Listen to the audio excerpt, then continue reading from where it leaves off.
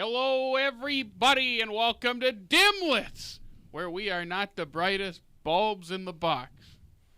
And after almost a year, we are back. I am Jared. That's Jake to my right, your left.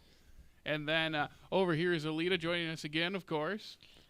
Have we ever recorded Dimlits in... No, this is the first Dimlits episode in this new studio. Did we watch Elio in the basement? Sure did. We didn't. Well, no, we didn't watch Elio there. No. Me and you saw Elio in the theater together. Oh, don't you remember? Now I am. Yeah, we were sitting there and we watched it. I thought there was more to that story. Then I realized I'm conflating it with our Inside Out experience. I was gonna where the movie ended and Hammy and Hannah are behind us. And then they look down, and then you look over at me, and I'm seething because I was so mad at that dumb movie.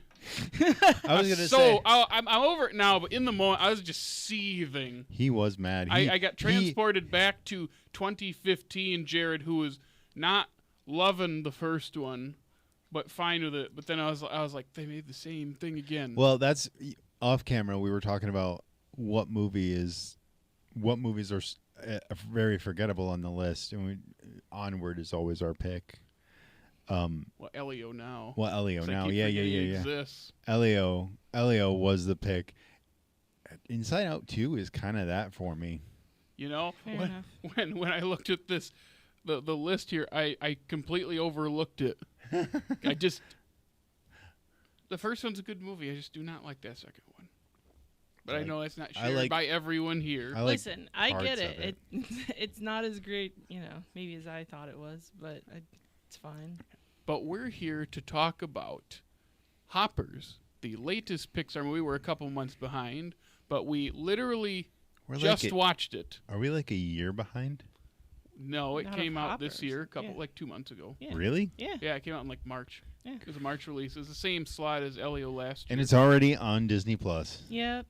Yeah. Insane in the membrane. And it did pretty well in theaters too. Not like anything huge, but it did well. And people who were talking about it. I remember people at work talking about it. Yeah. I think it had every chance to be forgettable Pixar slop that we've expected in this decade, but I'm not sure a movie with not. Dave Franco could be forgettable. I love Dave Franco.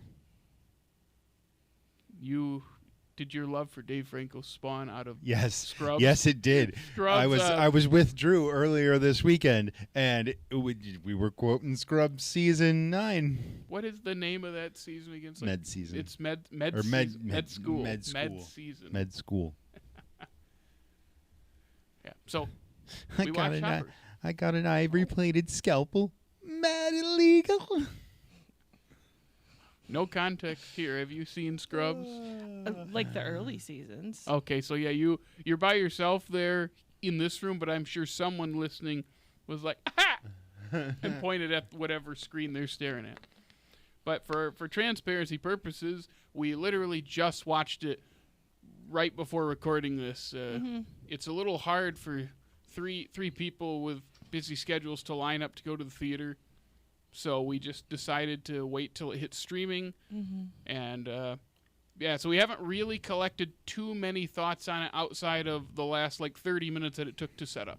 So what you're getting here is just... raw thoughts. Off the dome. Yeah. More reactionary than actually, thinking about it more. Yeah. What are our initial thoughts overall of the movie? You said it, I don't know if you said it a year ago now, or how long ago you said it, but you always talk about how third acts have just become so gosh awful long. This movie suffers from that, in my opinion. That's not bad. In this case, it is not bad. But the third act of that movie is so long. This one felt like the first act was about the typical 40 minutes, 30 to 40 minutes, and then the second act hardly exists. It's probably 15 minutes, and then the last hour is the third act. Where would you say that divide is? It's hard to tell right after seeing it, but that tree, the fake tree coming down, has got to be the end of Act 1. The first one, the one that she takes down. I feel like the squish is probably split somewhere too. That's got to be 2 to 3. Okay. But which that squish is not long after that tree comes down. Yeah. It's probably, again, like 15 minutes. Uh-huh. And that's all. There could be other interpretations of where the act breaks are, but it is kind of like everything from the beginning to the tree falling, the sound, the fake tree falling. That's kind of the first act because that's kind of the inciting incident or one of them. Or would it be like when she first hops? It could be. Again, there are many interpretations. Sure. I think the inciting incident for the main plot could be seen as when she takes the tree down. That sets in motion everything after that because up to that point, I'm expecting it to be more like an open season retelling because it's hard to do any kind of like animal revenge or fight back story without thinking of those type of movies like Open Season. Did you know there are like 4 of those? Or Furry Vengeance. Yeah. Furry Vengeance. Furry Have you Vengeance. seen Furry Vengeance starring have Brendan not. Fraser? No. It's awful. Okay. We were sitting in here. A quick story time. This is, as we've said, this is a very comfortable space to sit in. Did you feel this is a pretty comfortable Yes. space to watch a movie? It's I like agree. the height of the TV off camera is perfect. Now the climate in here is much more agreeable, and just it's comfortable. Mm-hmm. And Jake and I do this thing where if we have to work on something or don't have to work on something, and we're in here for the day. Basically, on if Sundays. Andrea is working and I don't have anything else to do. Yes, and then I don't have like schoolwork or anything. We'll come in here. We'll get lunch, and we'll just go to the. It's like Vizio Watch Plus app, and it's just free movies with ads, and it's a lot of stuff that me and him normally would not care to seek out. But then we're like, let's pick some random dumb movie on here. And For context, there was discussion of us watching Jumper. Or what was the the one? teleporting one. Oh. What was the one? Push. Push, yeah, that's a Statham movie, right? No, it was a superhero movie. It was was Who's in it it? Chris Evans? I think it was Chris Evans. Push. Like Chris Evans and like Dakota I'm thinking Fanning. of Crank. Yeah, Push. You're right. I'm thinking of Crank. That's a very different movie. Yes. And then so a couple of the examples of movies we watch, like there's that Jason Statham Jet Li movie called War. Okay. It's not very good. I've never heard of that one. Yeah, it's like 2008. Yeah. And then we also watched The Forbidden Kingdom, Jet Li and Jackie Chan. That was Okay. better That than was War. That was all right. And then Aaron and I one week we were waiting for Jake, so we watched half of a Chuck Norris movie called Sidekicks. And for how it's not terrible, it's kind of just this forgettable 90s movie about like a kid with asthma who likes Chuck Norris. It's like a C movie, Three Ninjas. Yeah, kind of. And then Jake comes back, and we're probably halfway through the movie, and Aaron and I are like, no, we are getting invested.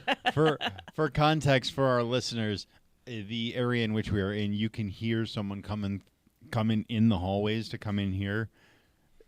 Pretty much is. And you have a pretty yeah. distinct sound Yeah. coming. It's like we know you're coming, and we're like, no, we got like 40 minutes Oh, left. we also watched Surf Ninjas in here. We did that one though. Jake Owens. Oh. Leslie never seen Nielsen plays a cyborg samurai, or not samurai, shogun of sorts. It sounds really good on paper, and then you watch it, and it's not what you think it is. Okay. It's not as wild as I wanted it to be. Yeah. Yeah, that does sound pretty wild. Anyway, let's hop back to Hoppers. Ooh. So yeah, why'd we go down this road again? Because we're comfortable in here? We were talking about the. Yeah? Why did we start talking about this? I forgot. I got so wrapped up in story time.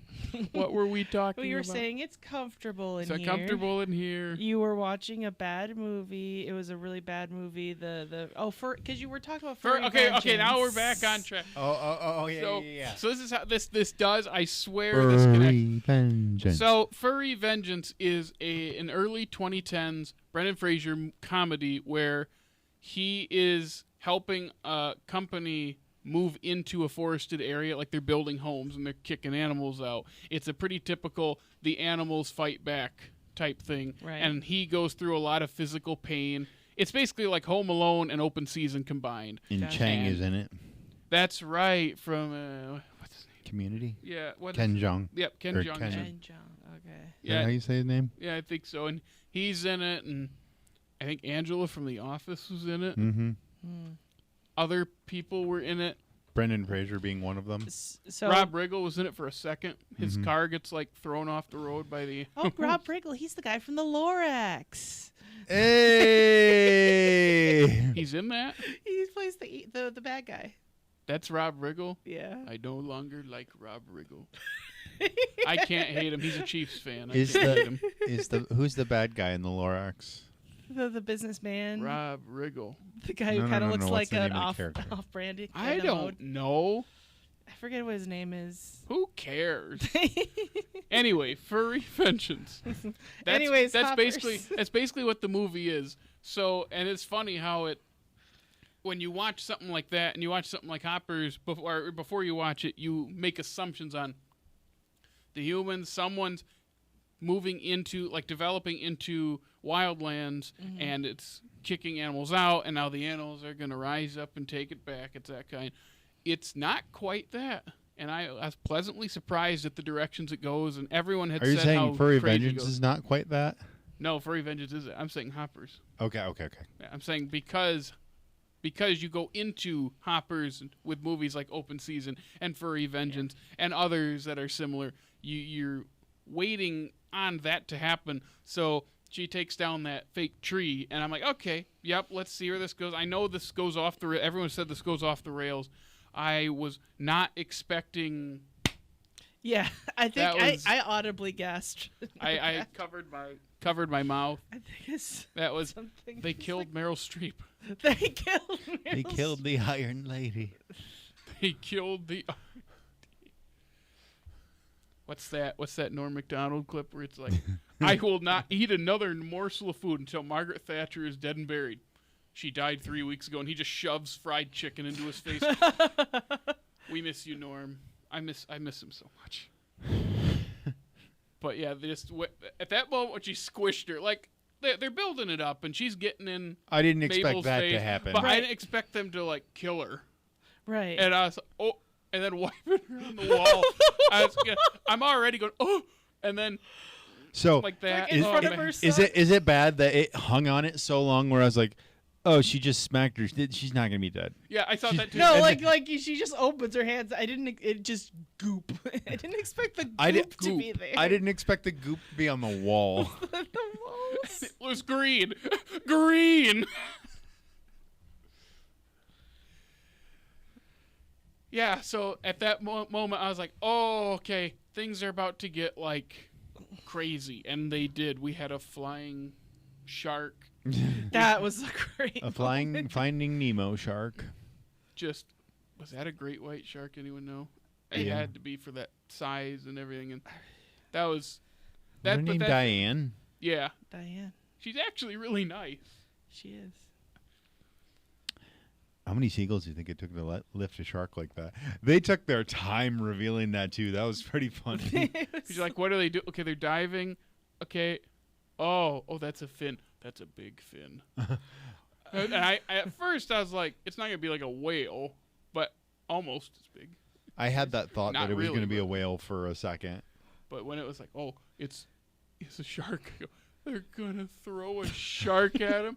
Okay, I'm on board. Let's go. But that also tricks you because. That whole sequence though is fantastic.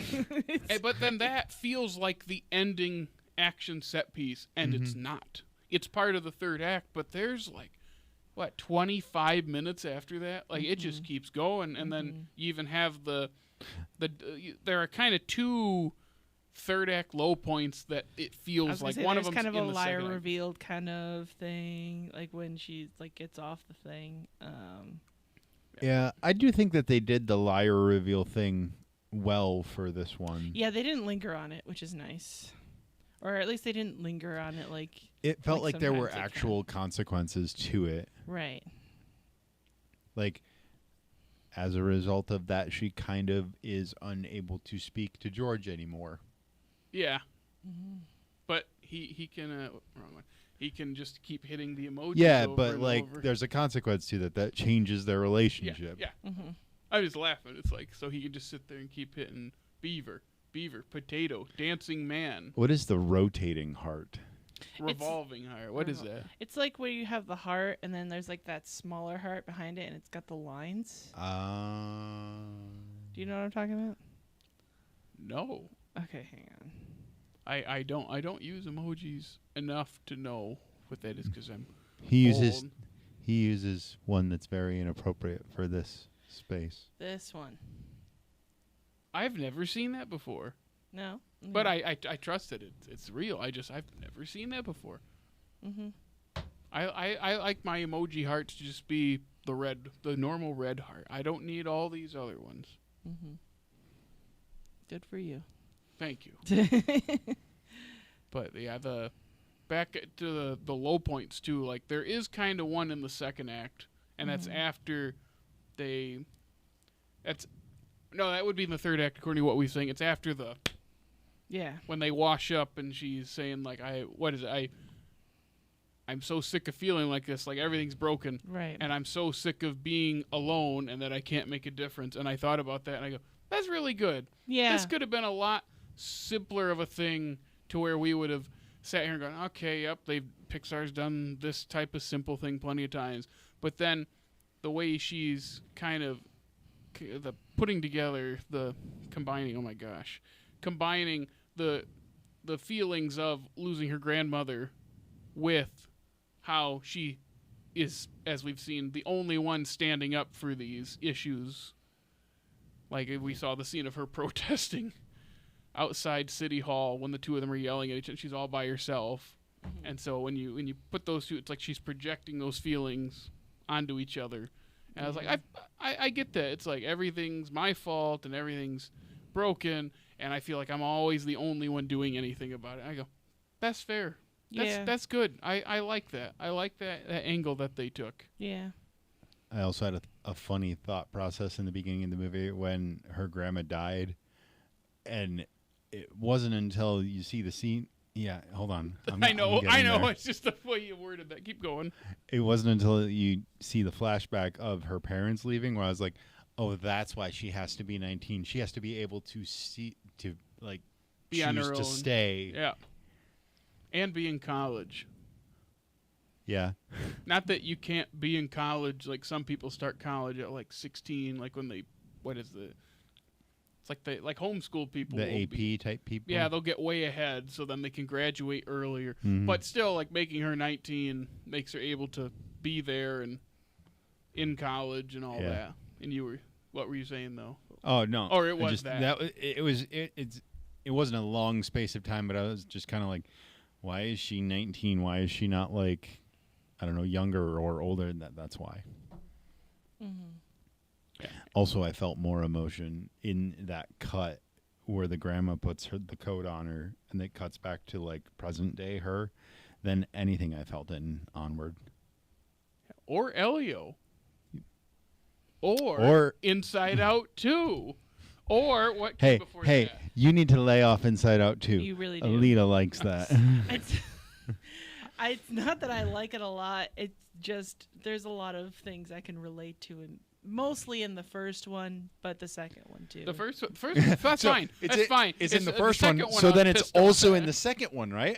Yes, but like she doesn't move in the second one. But I'm sorry. I was just going backwards by chronology, and I couldn't remember what came before Inside Out 2. Is that Elemental? No, Elemental. Okay, we felt stuff in Elemental. I definitely felt stuff in Elemental. Yes. Yeah, I was just saying, like, I was going backwards. It's been a couple years since I felt something watching a Pixar movie. There's some rumors going around that Elemental is going to be one of the worlds in the new Kingdom Hearts game. Are you excited for that? Oh, yeah. So then, I don't know where I was going with this. Where are you going?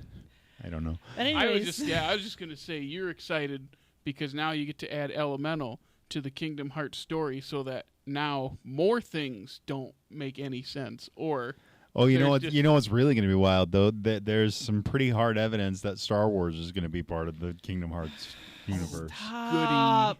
And I'm so tired of Star Wars invading Disney stuff. I'm so tired of it. They own it. Of course they're going to use it. It's big. And Marvel could be potentially in there too. Yeah, they're going to go to the most boring one. It's going to be like... We're gonna be playing through the Hulk. Playing through Captain America Civil War. No, better. You're gonna go to the Marvel world and it like loads. You're like, oh boy, and it's gonna be when Tony Stark is in like Kentucky or Tennessee just hanging out with Harley. That's the whole world. You're just running around rural Kentucky or Tennessee, wherever it is. That's the whole world, and you're fighting the Heartless. Yeah, but they like do the exploding fire thing like the Iron Man 3. Like that's it. That's the whole world. It's like Harley's garage. That's the name of the world on the map. Is Harley's garage. I don't think anyone remembers Harley from Iron Man 3. That's why it's funny. Because Marvel promises so much, and then what you get is infinitely lamer than anything else you could have thought of. Anyways, so speaking of hoppers, there's a lot of little Pixar things. Like, what's it called? References in this movie. First of all, you have when they're in the council, there's like the three blue birds. Did you see them? For the birds, like those birds. Mm-hmm. Okay, they were from one of the old Pixar shorts where they were like birds on a wire and stuff like that. And then at the end, we see Dr. Sam's chalkboard full of a bunch of ideas. I see it on your phone. So the main idea you see is a collar that translates dogs, like dog barks, like up. There's an idea for Wall-E, like the robot Wall-E. There's an idea for the robot cat from Lightyear. There's an idea for the scream, like storing like screams. The canister? Mm-hmm. The canisters. There's another idea from another robot from Wall-E. And then... Is it Bernie? So the this little is... cleaning So guy? this, it's so Bernie. this is a... And the last one, it just shows, what if you did this? It's just showing putting a human brain in a car. So this is the start. This is the origin story of the Pixar universe. I mean, because the turtle's name was Crush. There is. That's true. another one. That's another Crush. one. Yeah. Yep. So and Cars. Do we finally have an answer to what that was? That's what it is. They put AI in cars. Oh no, we're living in the before times. Yeah. Are you going to be Lightning McQueen? No, you're going to be Mater. Who am I kidding? I'm not Mater. Mater's too cool. Mater's Southern too. Yeah. I'd probably I feel like it's just going to be Owen Wilson is Lightning McQueen. I could be red. I'm just going to be a fire truck. All I do is cry. No, you're going to be the semi that carries Lightning Mac? McQueen. Yeah. Mac's too cool. Mac's John. That's but like that's, how do I put this without sounding full of hubris? You're Mac to my Lightning McQueen. You're full of something. Does that mean I pull you around everywhere? Yes, that means you carry my shit everywhere. I've pulled you around all over this country. I pulled you around on the highways. I pulled you around on the back streets. I pulled you around in the garage. I pulled you around at the mechanic. And one time you fell asleep, and then you let and go. I was still pulling him around. And then he got lost in the desert. Yep. And then I came back and pulled you back. Does that make Andrea Sally? Maybe. She true. did not like it that I did not let her pull me today at the picnic. And then I can't pull Jake around anymore. She'll have to do that. Mm. Oh, I didn't like that. I didn't like the way you made that noise. Dude. Let's go back to the funny Beaver movie. I was so wanting to make that joke this entire time, but there's a line that I wasn't trying to cross. Thank you, Jared, for doing it. In the spirit of the movie, damn it. Let's get back to this damn movie. Oh shit. Yeah, that's what you were full of. Yeah. Hubris. No, maybe someday you'll get your bag of oats though, or is it gasoline? I don't think I can eat oats anymore. Oh, so you want? I saw the way you were looking at those pancakes. Oh, those pancakes looked. And so we were talking about a hard in for the TV.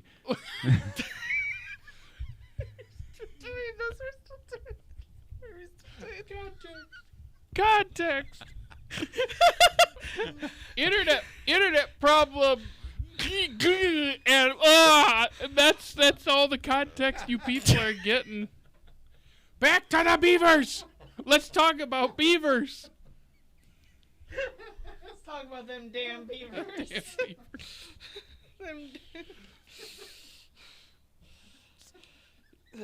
So the humans don't give a damn. They blow up the dam. Then they give a damn when the dam gets blown off to save the damn town. I believe that's the synopsis. After there's a damn fire. Yes, the dam puts out the damn fire. The big dam puts out the little damn fire. Yeah. Basically, I was getting Frozen 2 flashbacks when they opened up that dam. I go, oh, is that going to wash away the city? It didn't. In Frozen 2, it should have. It should have. They chickened out. They did. But not here. It just a little puddle. To be fair, there was a lot more water in Frozen 2. Yeah, and it was led by a water horse. Leather. It was racist. There was racism in that movie. There was a racist dam. And Kristoff likes leather. You sure that does. Was hilarious. Well, Anna likes Kristoff in leather, to be fair. I don't think Kristoff shares the same feelings. I think he was more into Hans. Oh, okay. I'm just saying. Really? I'm not doing the shipping. I'm just basing it off of the subtext. Oh, really? No. I thought that was like, because I got none of that. I thought that the general ship was Anna with the one girl from the other people. I thought that was Elsa and the other girl. Elsa and the other girl. That's right. Anna that's right. Yes. Hoppers. We were talking about hoppers. We're talking about hoppers. No, we were talking about beavers. Yes, there are beavers and hoppers. Well, they hopped into the beaver. Is that what you're gonna say? You're gonna be that immature. You were the one that said it. I'm the one that's laughing. They literally hopped into the beavers. They did. Well, one beaver. They all. Anyway, so there's also a tiny insect king who is probably one of the best parts of the movie. Oh yeah, it's Dave Franco voices him. Titus is his name. Yeah. And he's got the funny little mwahaha laugh, and then he very grossly makes his little cocoon, and then he turns into a butterfly and a what? Butterfly. Is that how you say that? It's an old story from way back that someone told me that. Oh yeah, I had a student that wrote a poem. This is like fourth graders about butt flies. I love butt flies. And all I hear is that butt fly. So he turns into a butterfly. Then he becomes a human. Again, the third act is crazy. Yeah, there's a lot of stuff. If you thought the shark scene is the sequence, and there's is also one thing. the emojis that they keep spamming. I know there's the lizard meme, and then there's all the spamming of those emojis made me laugh because it reminded me of someone. So. I think Titus hopping into the Jerry bot, resulted in one of the funniest interactions in the movie. What was he saying about the tie? What is this, a necktail? Yeah. A male should show his full plumage. I'm not getting reelected. That was good. And John Hamm as Mayor Jerry was really funny. There's not much of him at the start after that opening scene with him. I mean, you really liked that one scene where he was singing to himself. When he's singing, you make me feel like dancing, but then he's going up to his car. You make me feel like getting into my car. I'm walking, I'm getting into walking to my car, and I'm getting in. And I just lost it. It's not that funny. It's not really a joke. It's just a doofy guy being doofy, doing his morning routine. And I just could not stop laughing. And I think it's because of the subtitles. The subtitles were showing us what he's singing. And I think without the subtitles, I wouldn't have flinched. But then we see what he's singing. It's like the lamest, most just normal guy thing ever. Just I will say this movie has a lot of bloodlust in it, a lot more than other Pixar movies. Like, there's not only actual death, but there's a lot of talk of death and threats of death. And then we murk a character. Yeah, like we straight up murdered Meryl Streep's Insect Queen. Yeah, killed a character, and then the mayor also gets killed because. Oh yeah, and then her son dies. Oh, that too. Yeah. Oh yeah, that's right. Yeah. The frog just smiles. Yep. And then an ant becomes the new insect king. And just scream. Ah! Ah! Yep. Yeah. We have a main character who actively threatens death on another character, too. Yeah, when they're building up, so we're gonna take it back. We're gonna take back the glade. Yeah, we're gonna squish the human king. Well, I was thinking about the time after like the shark attack and everything, and they're down in the. Oh, after the car accident. After the car accident, so she's like, "Okay, you just got to get rid of got to stop building in the glade." He's like, "Well, I can't do that." And then she gets angry, and then she threatens. He's down here. He's down here. Now. Yeah, that's what I was thinking of. Actual threats of death in a Pixar movie. How about Bobby Moynihan as King George is his name? He's great. He was like, I heard him and I was like, am I going to get annoyed by this character? Nothing against Bobby Moynihan. It was just like, is this going to be an annoying character? Within a couple scenes, I was like, no, he's fine. Mm-hmm. And then by the end, I was like, he's kind of one of the best parts. I do appreciate the animation style that they kind of went with, where when you are in the perspective of the animals, where you understand they have different eyes, and then when you are in the perspective of the humans, they look more like animals. Right. Yeah. And they even give like Mayor Jerry as a beaver has a different hairstyle when he's a beaver. When you see him in that perspective, got the comb over. Yes. And then I liked when Diane was up close to the car and talking to them, and then as they fly away, it transitions back. And the eye does that. Yeah, that was good. Yeah, that was a smart device, and and I like how they couldn't talk. Like, the animals aren't talking; it's the animals communicating normally. They just can understand each other. It kind of reminded me a little bit of Wild Robot, when it's like how all the animals can talk to each other. Like, I don't know why, I just kept thinking of Wild Robot. Mainly I saw the one bird with the bill. Like the bill there, it just got me thinking of Wild Robot. Is it like a goose? Is that what it is? Was that a goose? Wait, are you talking about the one that had the... Yeah. Okay, yeah, I think it's some kind of goose. Yeah, because it just made me think of the Wild Robot, and I really like the Wild Robot. I like the Wild Robot, too. Wasn't I supposed to give you a copy of it? You were supposed to... No, you were just supposed to read it. Did you read it? No. Well, yes, I read part of it. I didn't care for it. I didn't care for it. You didn't care for it? Interesting. I think it is because it is a significantly under my reading bracket.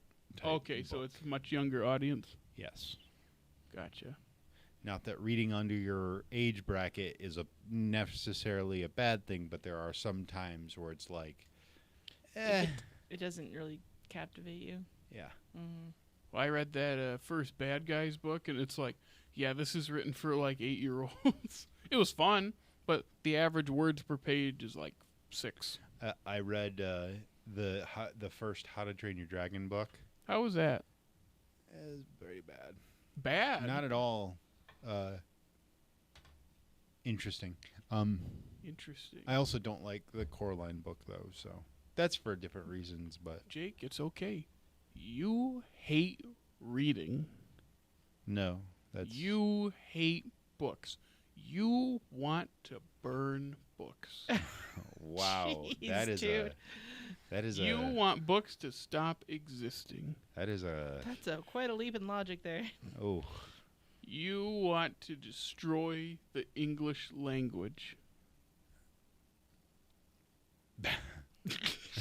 Good. Oh, everything else is a step too far, but the second we're getting rid of our language, oh no.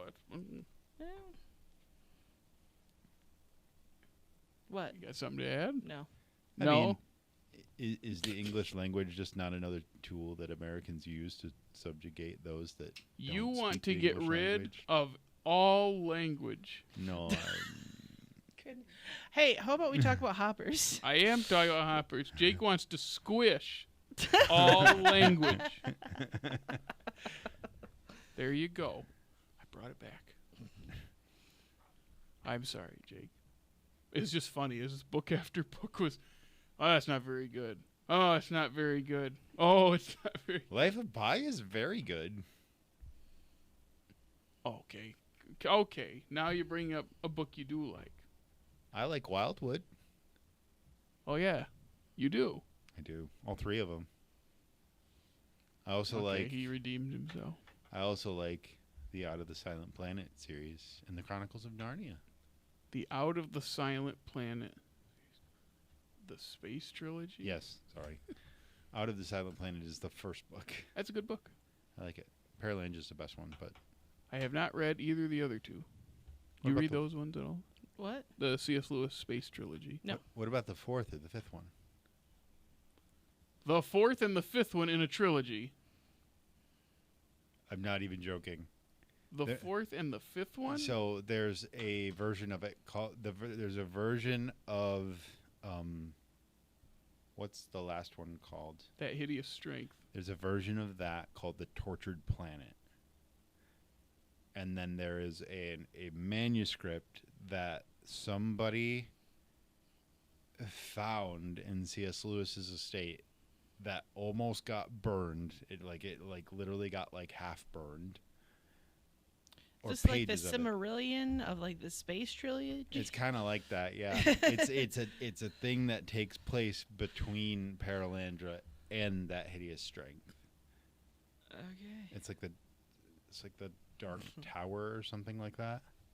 Not so like they're the not, Stephen King thing. So they're not like a fourth and fifth book of the Space Trilogy. They're kind of like... They would have been. They are ideas for other parts of that world.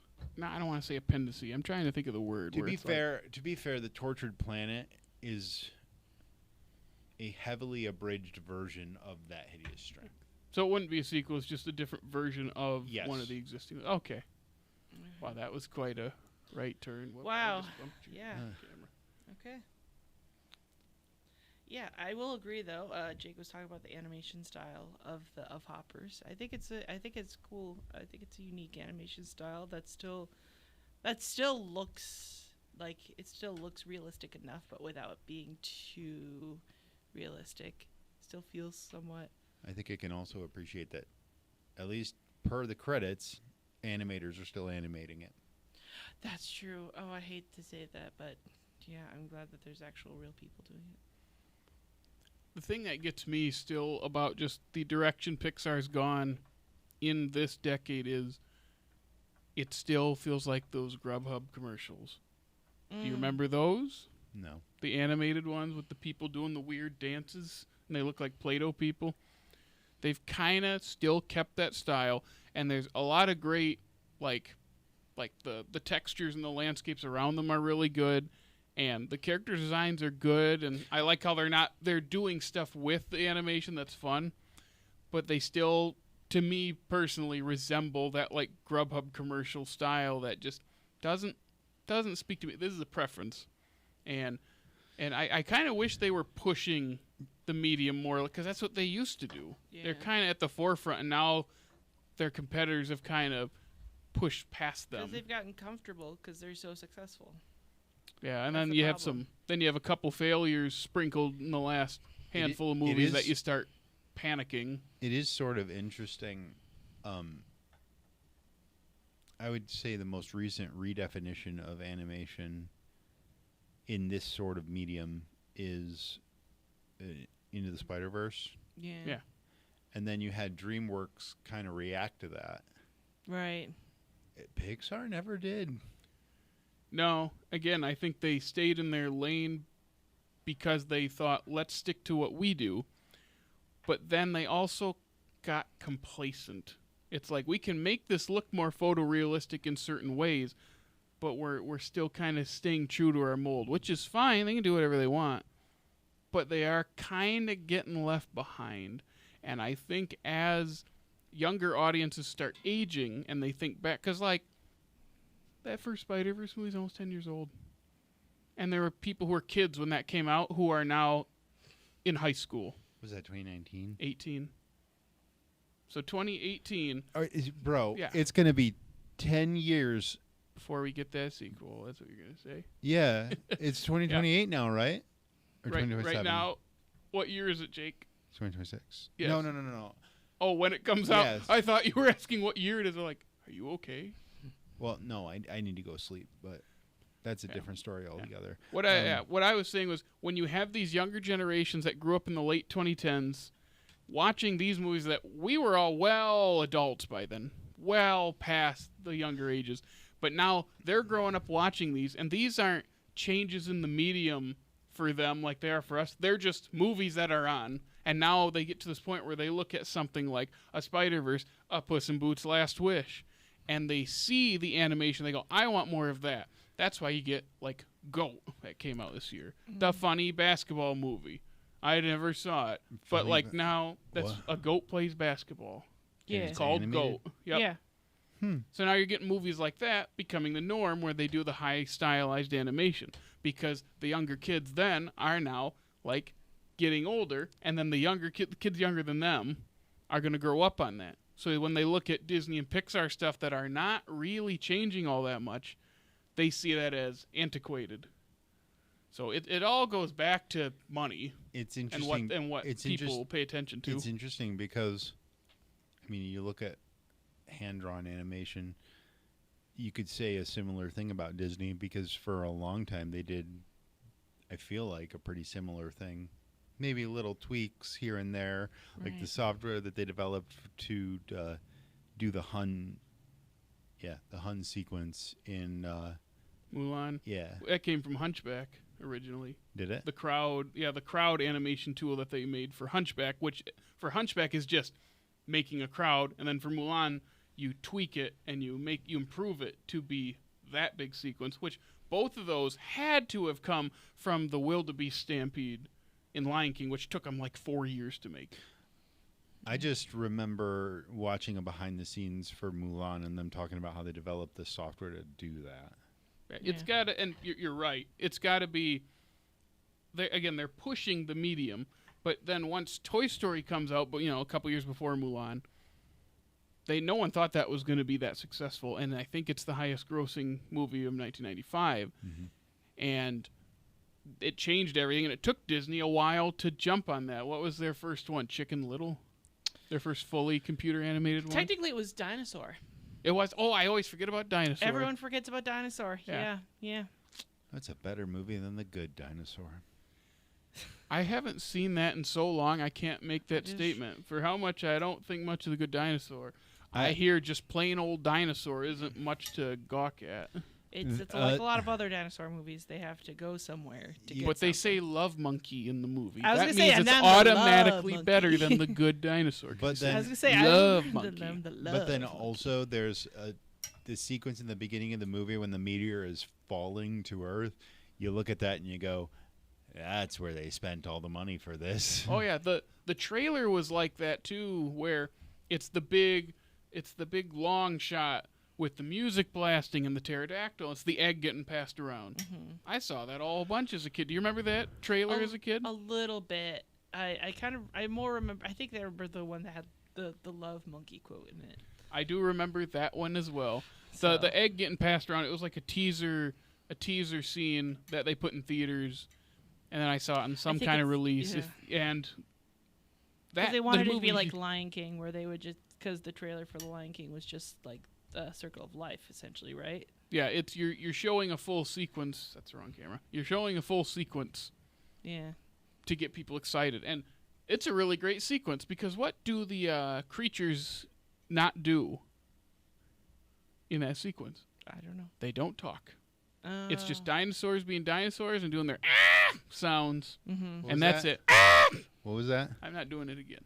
So it's like in Hoppers when they're all describing the noise. Yeah, that there are moments in like modern animated movies like that are geared for children that I kind of go, yep, that's for the little kids to laugh in the theater. And we had stuff. All of us had that stuff in movies for us when we were kids. So it's weird to think that people would look back on like the Disney Renaissance and go, "Ooh, that's old animation. Why would I want to watch that?" Oh yeah, I was just about to bring that up a couple minutes ago too. Where it's like, I look at hand-drawn 2D animation and I see like a better version of this medium to me, but then kids will look at that, or even like teenagers now will look at that and go, "That's old," like you said, or "That's boring," which just Can you imagine someone saying that about Hunchback of Notre Dame? I think I would squish them. To be fair, I'd probably have similar feelings. I just miss when people drew things, man. I miss when Disney drew things. That's the kicker.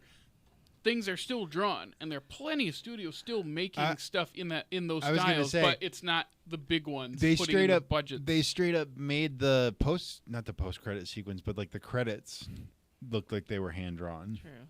I'm just saying, I just miss 2D animation. It's like a thing we said about the second Kung Fu Panda all those years ago with Dickie, where the dream sequences that he has are like the animation is really cool. I would watch a whole movie like that from DreamWorks, but they will never do that. Yeah. They will never do that. I feel like there's another one of their movies that they did that where they use that style of animation, they've probably done it many a times, to show like dreams or flashbacks, and it's like, give me that. I want that over everything else. It's kind of like when, like, I remember the rumors of when Wish was coming out, and everyone was saying that, oh my gosh, they're gonna do it in 2D animation, and then I saw the little short that celebrated, the whatever it is, 100 years of Disney. And Once Upon a Studio. And that just made me really miss 2D animation even more, because it was just like, look, you guys can still do this. You guys can still animate things like that. You can. Just they have all the money. They could, if they really wanted to. They could make it work. I know they could. Wish had so many interesting ideas that just that you wish that they did something with them. And it literally had a Luma in it. It did have that a Luma. Is true. And it was supposed to be a human being, and there was supposed to be a love story, and they don't want to do love stories anymore. I think that's another thing to talk about is the overcorrection of romance in media, where it used to be, okay, we're pairing up every leading guy and lady. They're always getting matched up. I can understand getting fed up with it, but instead of course correcting, they just completely flip it into no more. And I know you're ever the romantic, and you want that. I do. And we barely get it now. That's why when certain actresses of certain live-action Disney movies talk about how it's not about romance, the prince was a stalker, that's what really angers me. Are we talking about Snow White here? Yes. That quote always gets me. Did you watch that, Snow White? I don't think I will unless I'm forced to. I don't think I can put myself through that. I know the actress probably is, she's better than, the Queen actress. I forget her name. Gal Gadot. Gal Gadot, yeah. Is that how you say it? I think it's Gadot. Is it Gadot? I think it is. Okay. Miss Wonder Woman over there. Miss Kal-El, no. Kal-El, no. and enough champagne to fill the Nile. Yep, those are the two big funny ones that people make fun I don't think I could put myself through that. Knowing what one actress said and knowing how bad the other actress is, I don't think I'd want to put myself through that. Who is the fairest in the land? And the CGI dwarves and just so many things that just are wrong. I don't know that I've seen a clip of her saying that, but I've read about Rachel Zegler, right? Yeah, Rachel Zegler, yeah. I've heard about what she said, and like I understand, I guess, what you're trying to comment on, but I also think that you're being pretty tone deaf to the Snow White fandom in saying those things. It's the original Disney movie. It's the one that started all of this. The live action one is the real Disney's folly. Because, yeah. Yeah. Anyways, hoppers. Hoppers. On that note, would you watch Beauty and the Beast again? Unless you, I don't even think you watched it. If they made a live action Hunchback of Notre Dame, I mean, aren't they working on that? Gad. No, it's canceled. There is a God. There was a gad, and now there's a god. Swear to me. Yeah, that's dead in the water. Good. I wish. I'm very happy about that. They'd probably figure out some way to put diamonds and gold-platedness on the inside of the belt. That's the second one. I know. That's put a bunch of gems. La Fidel. La Fidel. You have not lived until you have watched that second movie at 1.5 speed. Oh no! It gets so much funny. It's already funny. Then you watch it faster, and it's so funny. It was either 1.5 or 2. It was fast. We, group of us watched the first one, and then it's on the same disc of mine. So it's like, let's go to the second. Oh, let's watch a couple minutes. Oh, let's speed it up. We watch the whole movie. But it's like a 70-minute movie, so you put it on double speed. You know, it's like a half hour of your life, and we're just laughing because it's already funny. And now they're just talking really fast, like this, about everything. Are any of the original voices in that second one? Most. All of them, really? The only one of a character from the first movie who's in the second movie who is not reprised is Mary Wicks because she died before the first one came out. That's the only one. The other, Tom Hulse, Kevin Kline, and Demi Moore, and Jason Alexander, and Charles Kimbrough all came back to reprise their roles. I am not kidding. Wild. I don't know why, but they did. You ever seen that second one? I've seen a lot of YouTube reviews of it. Oh, you're talking those mysterious Mr. Enter days. And was that were you in the, there's that one. I think there might have been a Nostalgia Critic one. I think. Oh, probably. Oh, there was an old Lindsay Ellis one when she covered all the. That was like 2010 when she covered all the direct-to-video sequels, and I don't think she's still even doing YouTube stuff. Sometimes. Occasionally, she's mostly. Is it Nebula now? I think that's what it is. Yeah, Nebula. And she just. What was the recent one? Is that Aladdin, Thief and the Cobbler comparison one? Right. That was really good. I should watch. Big surprise. I forgot. I remember seeing it come up, but I don't think I had the time to watch it, so I haven't watched it yet. So I need to go back and watch that because she's very, very good at what she does. Oh yeah, absolutely. It's a shame everything that happened to her and like I'm not gonna say controversy because it's just.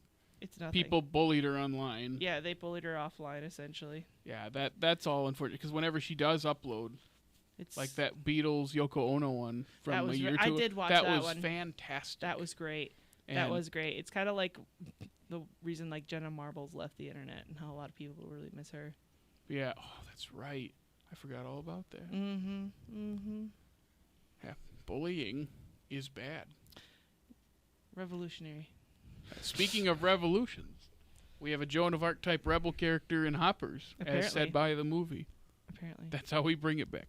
It's hard to flesh out our thoughts because we just saw it, but it kind of is like my overall look at it would be, it fits in with the typical open season furry vengeance type story, subverts it. And while it mostly stays within the tropes of this kind of movie, there are a lot of fun surprises, and the characters are good, and the heart is in there. I was like, this is a good movie. This is a lot better than some of Pixar's other movies from this decade. Here. Yeah. I can. Onward. Yeah. Elio. Is that still from this decade? It is from this. Onward was their first one from this decade. If you're going by the decade starts in 2020, or if you want to get scientific and technical, then 2021 is technically the first year of the decade. I don't subscribe to that. I don't either. That's what I thought. Yeah. Oh, I hate that where it's like, oh, like the year 2000 is not the start of the millennium. It's 2001. And yeah, I'm pretty sure there are plenty of reasons why that's the case. There are also very stupid reasons. Yeah. So to me, 2000 is the start of the millennium. 2020 is the start of the 2020s decade. Wouldn't the only argument for that be that 0 is not actually like a physical? That's why number value. That's the reason. There's no year 0. There's stupid. One BC and then one AD or BCE or BC, whatever it is. Yeah. The point being, they say there's no year 0, so that means the first decade started with 1 and ended with 10. But 10 still ends with 0. That's my whole thing. It's just to make it easier, 2020 started the 2020s. 2030 is going to start the 2030s. 2000 started the millennium. If it doesn't, if the decade doesn't start with 10 in the case 2010, how do you call it the decade of the 2010s? Exactly. That's another good point. That's why I subscribe to what we just said. Like, it's any other. You know how I hate to agree with Jared. You agree with Jared? I agree with Jared. Ow. It was actually an old, during COVID when Jeopardy, like a lot of things, wasn't filming. They showed a lot of, classic episodes, and they showed, a live one. Oh, where was it? It was, in a big concert hall. And all three people got the final Jeopardy wrong because it basically alluded to what was the first year of the new millennium. And what did they all put? 2000. And they all got it wrong. And that confused me. And I went online and I'm looking up why, and it's because there's no year zero, and it's that's dumb, that's stupid. So there has to be. Let's drop that part. I'm just saying, since Onward to Hoppers, that span is this decade for Pixar. Jeez. And I say I think Hoppers is one of the better ones they've made in this decade. True. Probably Elemental is probably the best from this decade. I'm looking at what else we got. Luca. Is Luca from this decade? Yeah, okay. 2021. I'd say it's Luca. Luca would probably be my pick for the best. Elemental's up there. Okay, then yeah, Luca. I don't know. I mean, depending on how you define best. True. And how are they going to age? Luca's not that old. And a rewatch, as we both found. Were you on the original Luca episode? I can't remember where things start and stop anymore. I don't think she was. No. No? Okay. No, I think it was just me. Yeah, because I rammed that chair into our projector and yelled, Vespa! Yeah. That's right. That hurt.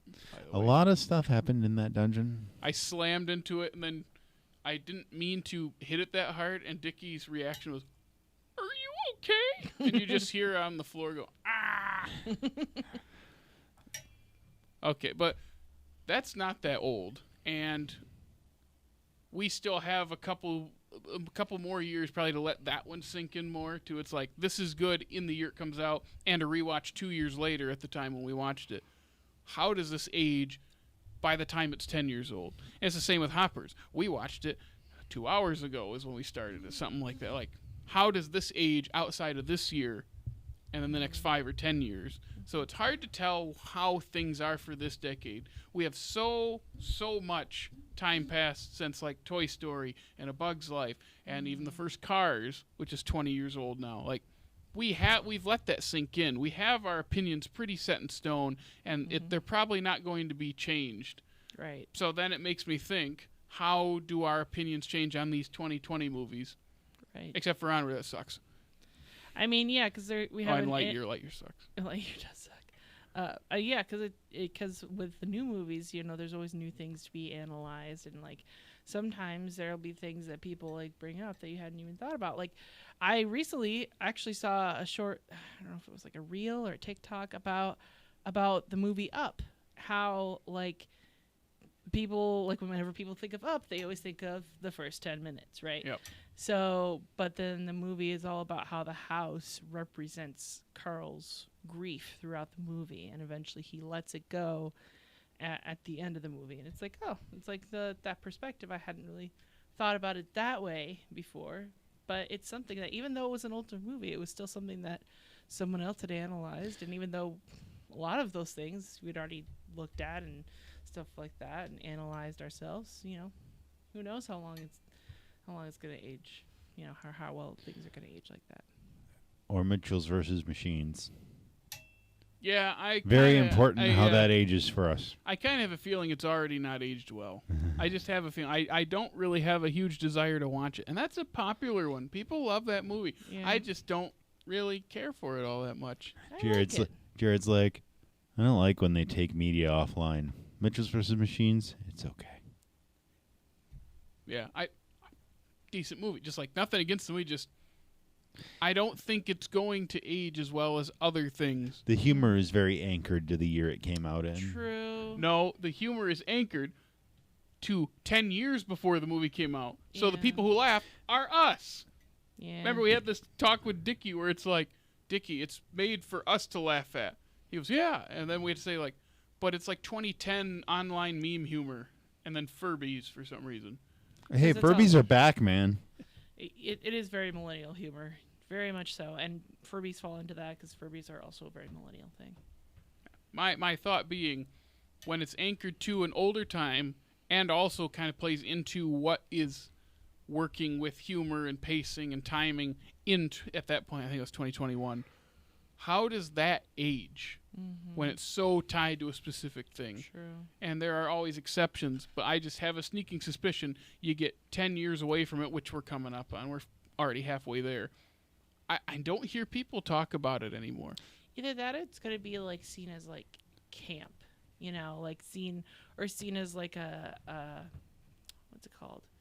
Like something that's like, because it's from a certain era, it's like something that was just from that time, very much of that time. People will just like look back on and like, oh, I remember, that's a very nostalgia. Nostalgia. I forget what the word I was looking for was. So, but yeah. I have an interesting question then. With regard to tying something to a specific decade, what do you do with movies that are tied to specific events in thinking about how they age over time? So like Oliver Stone's World Trade Center? Yeah.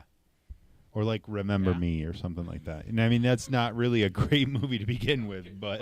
Okay. That one's different, because that one's not about a specific event. That one is 99% of a movie not about that, and then ends with that. And leveraging a tragedy to elicit an emotional response to a movie that they didn't have an emotional temperature to. That one's different.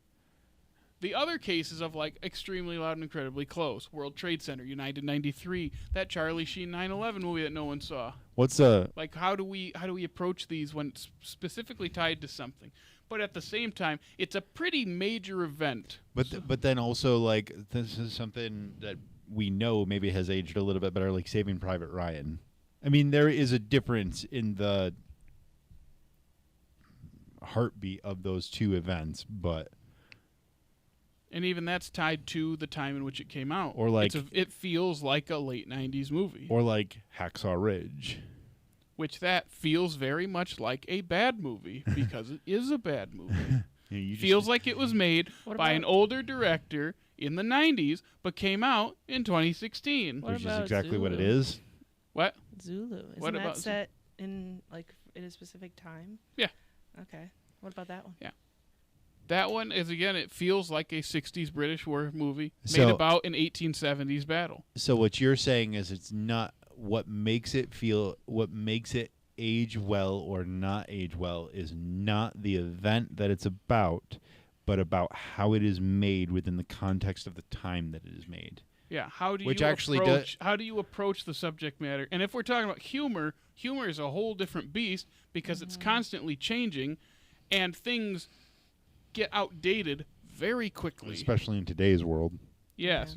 So when you're looking at comedies and you're making pop culture jokes, it's going to age worse. When I watch a Marx Brothers movie, there are pop culture jokes in there that I have no idea what they mean, and I have to research what they're talking about. It's kind of like Looney Tunes too. Like that same thing happens. Like they reference certain things, and because they're from the 50s or whatever, and you're like, I don't get it. Or just how violent Looney Tunes are as compared to just any television, any cartoon now.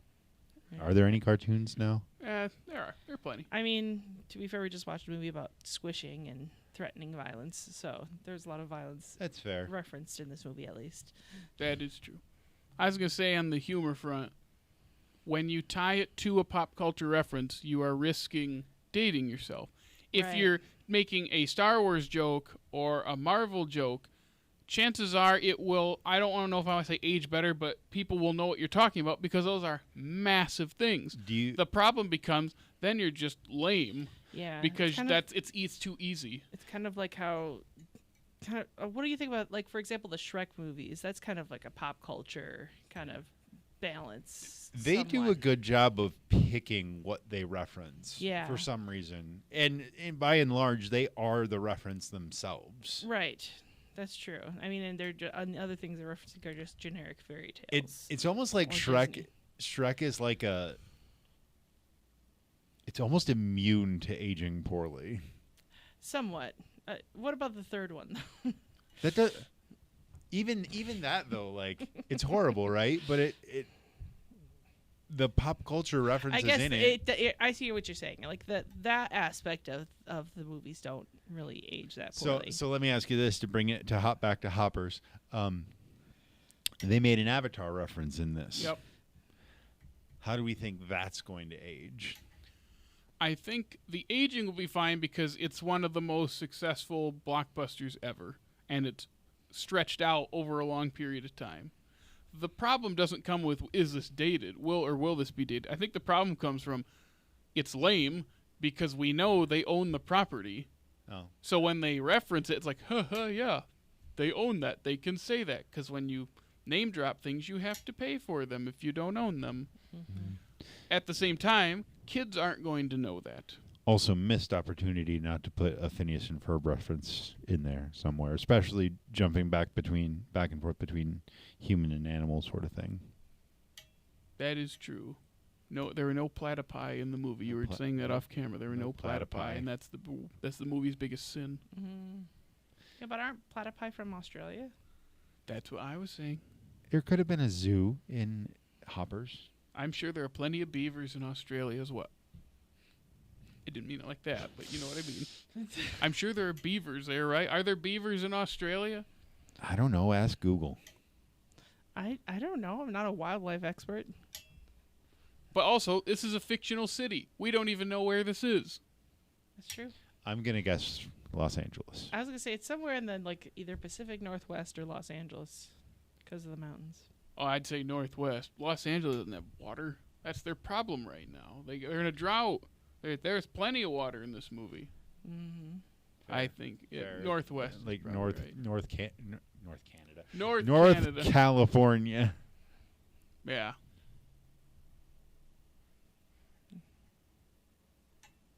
But then again, it also really doesn't matter. No. Well, it does if we're talking about are there going to be platypi anywhere. Well, I've seen a lot of crazy movies do a lot of crazy. I mean, I've seen Madagascar. We've seen somebody squish a monarch queen. Go to the continent of Madagascar. The continent of Madagascar? The continent. Sorry, the continent. Did you watch that episode? Sorry, the continent of Madagascar? He's referencing Dickie. Did you watch that episode? No, Dickie spent the first 15 minutes of the second Madagascar episode arguing with me that Madagascar is not part of the African continent. What he's doing is arguing that it's not part of the mainland continent used as in like a landmass. The problem is I'm trying to tell him it is part of the continent of Africa. It literally is. It literally is. And then he's arguing the wrong thing. We spent 20 minutes on camera on this discussion just to prove that Dickie knows nothing about geology. And this started geography. Did I say geography? You said geology. I'm sorry. I'm tired. And this started a whole thing where every time Jared had opportunity to give Dickie a school lesson, he gave him that. Did you watch our Marx Brothers episode? Did you watch our Civil War or no Gettysburg episode? Basically, anything post Madagascar Escape to Africa is me or someone taking Dickie to class. You do love talking about history and historical movies. Yeah, to it's be fun. Fair. And then we got to talk about Come and See. What? That was Come and where? See. Maybe not the best movie to make fun of if you knew the context. Sorry.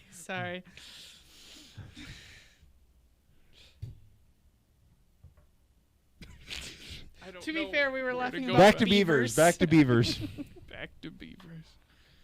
Yeah, I'm trying to think of other things again. It's hard when we just watched it, but also I had a fun time. I did not think I'd be having as much fun as I did during it. I laughed more than I thought I would, and I was pleasantly surprised where I am. Especially now, are you going to sing that now as you walk to your car? I might have to start doing that. Good voice acting, like everyone. Yeah. Everyone. Honestly, I couldn't even tell like that was John Hamm. I was trying to. Yeah, I knew it was him before, then I thought Dave Franco was Dante Bosco for a bit. The voice did sound familiar. There were a lot of voices that sounded like other voices, but yeah, everyone did a great job. And then, I gotta pull up her name because I always forget it. Where are you? Well, it's not Aquafina. I hope I say this right. Aparna Nancherla. Is that an L or an I? I can't tell. I'm bad. I'm so sorry. But she plays Nisha in this. One of the two helping Dr. Sam.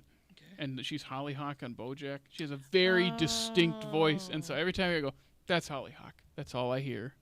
Okay. But also we had Kathy Najimy. I hope I said that right. She is in this? As Dr. Sam. That's Kathy Najimy? Yeah. Okay. And we all know who that is. That's Peggy Hill from King of the Hill. Oh, that's not who I think of, but... You think it's Sister Act? Yeah. Yeah, I thought so. Yeah. And also she did she hosted like a Dr. Seuss thing. Yeah. Like and she's Hocus Pocus. She's in Hocus Pocus as well. She's in Hocus Pocus, yeah. But it's Sister Act for me, yes. Yeah. But especially in this, it's like all I hear is Peggy Hill. Like when she's yelling, especially like there's Peggy. That's what Dr. Sam needed to yell. Like when they got something up. Oh yeah. Oh yeah. Yeah, I'm excited for that next season to come out in a couple weeks. I still gotta get there. Oh yeah, where are you? Season 3 or 4. Hey, I'm in my rewatch and I'm already in season 3. I'm like a quarter of the way through season 3. I started watching other new things, like Scrubs. Yes, actually. And it's good, I hear. Yes, and Yellowstone and The Boys. And oh, that's right. You are watching Yellowstone. Is that all we have to say about Hoppers before we put it in the tier? Mm-hmm. I think I have a pretty good idea of where this is going. The only other thing I think I want to say is I kind of I was mistaken in trying to identify the composer. I just kind of assumed it was Michael Giacchino. Well, who is it? I don't know. You don't know? You brought up the point you don't know. Here, let me... I don't remember her name. I saw it in the credits and went, oh, I was wrong. Mark Mothersbaugh. Mm-hmm. That's a fun name. Well, you know who Mark Mothersbaugh is? No. From Devo? No. You didn't know that? He's done a lot of film. He did a lot of early Wes Anderson. He did the Lego movie, Minecraft movie, 21 Jump Street, Happy Gilmore. He's probably on the soundtrack. Like, oh, that's right. He did the music for Ragnarok as well. I'm surprised you didn't know. I think he also did a lot of the music for those early Nicktoons. I think Rugrats is his music. Yeah. And I believe they did the Rocket Power theme song, but not as Devo. They did it as the Wipeouts or something. Like Mark Mothersbaugh has his hand in a lot of stuff that we know about. That makes sense. That felt like a Mark Mothersbaugh score. Any other comments on Hoppers before we put it in the tier? All righty. I have a pretty good feeling of where I'd put it. Same. I'm feeling a B. Yep. I was gonna say like B tier. I'd say B feels right. B for Beaver. If we were ranking inside the tiers, I'd probably say even close upper B. Upper B. Yeah. Because right now, Bugs Life, Toy Story 3, Monsters University, and Soul are in B.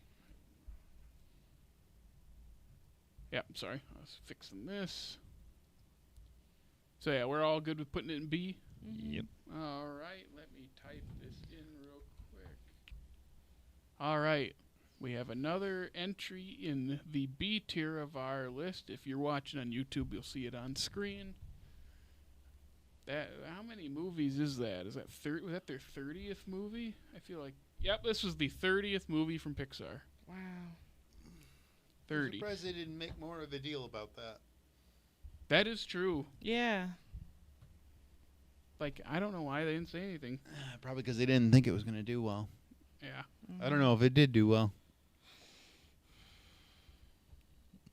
I don't remember the numbers, but I remember hearing it was doing a lot better than I thought it was going to do. So I'm happy for it. It's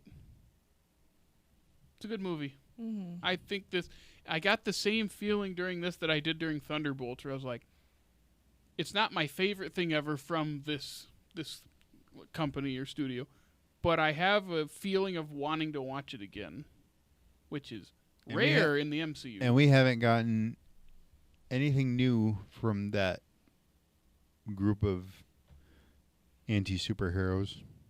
Yeah, we haven't. We'll see them in Doomsday. Will we? Or Doomsday or Secret War? Doomsday, because that's out this year. It should be them. I thought they were there. If they're not in there, I don't know why they made such a big deal about them being the new Avengers, or whatever the marketing thing was, in the movie and outside the movie. Yeah, that kind of blew up in their face a little bit. Not to go into that, but not blew up in their face, but they made a big deal about that, and then no one really cared.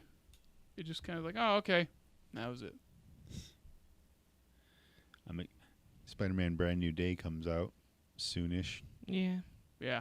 That should be fun. Yeah, we'll be back in here with Nick. Yeah. Not too long. Should be fun seeing Nick again. We'll be back in here with you, Aleta, not too long also. Yeah. Because as of recording this, Toy Story 5 has been out for a couple weeks, and it's getting good reviews, and people are liking it. Neither one of reluctant. you seem like you want to see it too badly. No.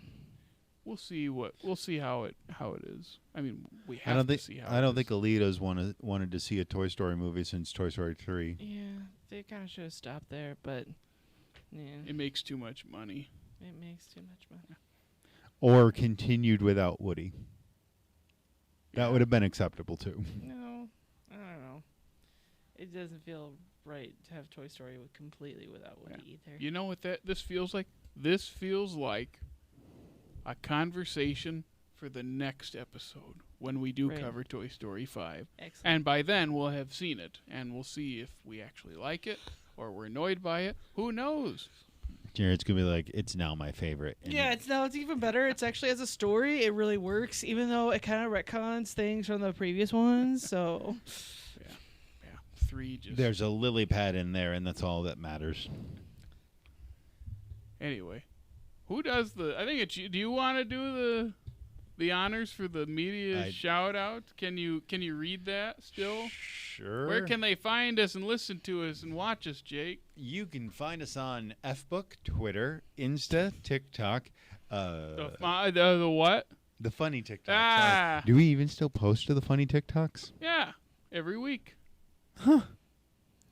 Are you on TikTok? No, then there's no reason that you'd know that. Phone. Yeah, there's no reason you'd know that. And then in your favorite podcasting service, we've got Apple, Spotify. I don't think Stitcher's a thing skip anymore. That one. Google and YouTube. Is Google podcasting? That might be gone too. I think that's gone too. YouTube is, I think, YouTube, Spotify, and Apple. Do we post on Amazon Music? I don't know. I think you can get Buzzsprout to do that. I don't know what I'm doing. Oh boy. Yeah. Anyways, and you can check us out on our groovy website. Thanks. That hasn't been updated in probably a year. Yeah, a couple months. I put the new studio pics on there. Oh, good job. So this year I updated it. But yeah, join us next time for when we talk about Toy Story 5. It'll probably be in a couple months when we all get around to it and get in here and record it. You'll see us in here with Nick talking about the new Spider-Man movie somewhere around that time, too. Again, pop in on Thursdays to see us here with Aaron talking about Lost. We're in Season 4 at the current moment. See us talking about Lost. Yeah. We love you, Aaron. Talk more. Anyway, we want to hear what you have to say. Anyway, I'm Jared. This is Jake. This is Aleta. Thanks for joining us again, Aleta. Thanks. Of course. Thanks for doing the social shout-outs for me, Jake. No problem. Now to throw this napkin No, away. do not throw it away. I already did that. I don't want to do that again. We need another piece of tape that goes right here. Hey, where? And right here. See where it's ripping? Right over Stitcher. That's actually a good fix. We'll stitch up Stitcher. Anyway, that was Dimlits. We'll see you next time. Bye. On the Hippity Hop.